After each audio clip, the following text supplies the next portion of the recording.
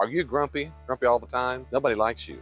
I'm kidding. Well, they might not like you. I don't know. My name is Dr. David Pendergrass. I have 3 advanced degrees. I specialize in biblical studies and interrelational skills. Grumpiness is simply, number one, a mood. It's just a mood. It's just an emotional state, a prolonged emotional state. That's what a mood is, a prolonged emotional state. That's all it is. We as adults, and certainly if you're parents teaching your children, need to accept the fact that being grumpy is a normal, healthy mood. We should not feel guilty or shameful for feeling grumpy, nor should we make sure people we are around feel grumpy, that they should feel shameful or guilty too. What's wrong with you? You need to cheer up. You need to smile. That's your problem. See, grumpiness is okay. The first thing is it's just okay. It's just a mood. Moods are normal and healthy, and moods come and go. So let them come and go. That's no big deal. If you're in a bad mood, you're grumpy, doesn't mean you're depressed. It doesn't mean that. It doesn't mean that your life's over or you're suicidal. It doesn't mean the day's ruined. You're just in a bad mood. The second thing is, if you are grumpy, is to ask the question, why am I grumpy? Now, the best way to do this is of course, to pause and be self-aware. We call this being self-observant, being mindful of the emotional state we're in.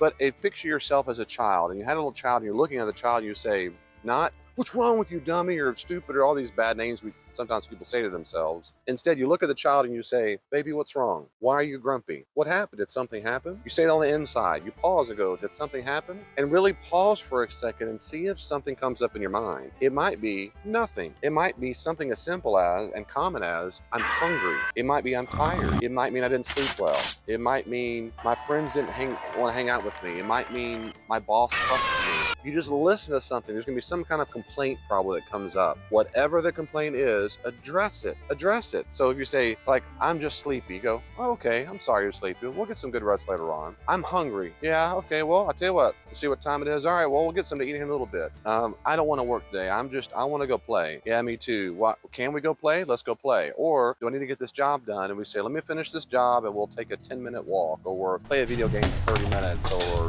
veg out or something. I don't know. The point is, you just acknowledge it, and you acknowledge where the thing is. You don't feel guilty for it. You just acknowledge it, and then try your best to validate that reason, and then do something about it. Your grumpiness will start feeling better. But the main thing is, well, those two main things go together. One is it's to acknowledge that it's okay. You don't need to feel guilty or shameful for feeling grumpy. The second thing is to acknowledge that there's probably a reason why you feel grumpy. Now, of course, another reason of being grumpy might be just simply neurological. Maybe you have a disorder. Maybe you're physically sick. Maybe there's something. Maybe. Okay, most people, that's not true. Most people, it just comes and goes. My third thing I'd say is this. If you find yourself grumpy often, it could be signs of a disorder. But the first thing I'd go to is to figure out there's probably some type of childhood need inside of you that's not getting met. So what is it?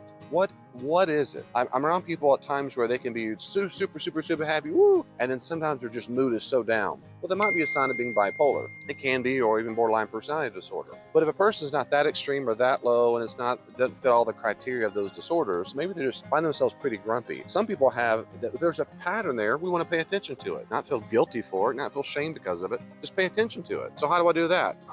Is there any pattern where I'm grumpy? I'm grumpiest when I haven't eaten. Some people are grumpy when they're hungry. Okay, well, all right, your blood sugar's low. Okay, well, that's the case. You can be less grumpy if you eat more, or eat better, or eat more often. You just pay attention to it. Maybe you haven't worked out in a long time. For a lot of people, the problem is interrelational. That is to say, they have desires and wishes, and they do not speak up for themselves. I'll have a different video about self-confidence and having a self-assertion. But oftentimes, people are grumpy because they feel taken advantage of, or hurt, or condescended, and they don't have a voice. They don't think they do. They don't feel like they do have a voice for themselves, and so it makes them grumpy. That is to say, they're hurting on the inside. That turns to anger, and anger comes out as grumpiness.